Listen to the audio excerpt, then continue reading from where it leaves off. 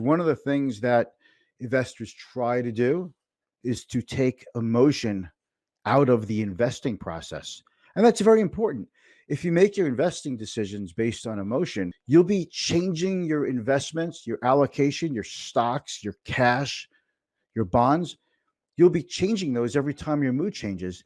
And investing based on your mood is the worst thing that you can do because your mood is based basically on greed and fear. It's based on love, hate, desire, repelling.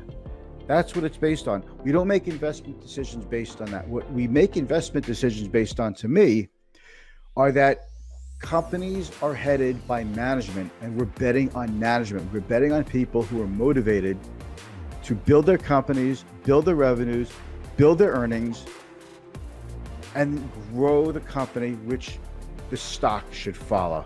That's what investing is long term. It's not based on mood, right? So algorithms, program trading, limit orders, these help take mood, take emotion out of the stock market.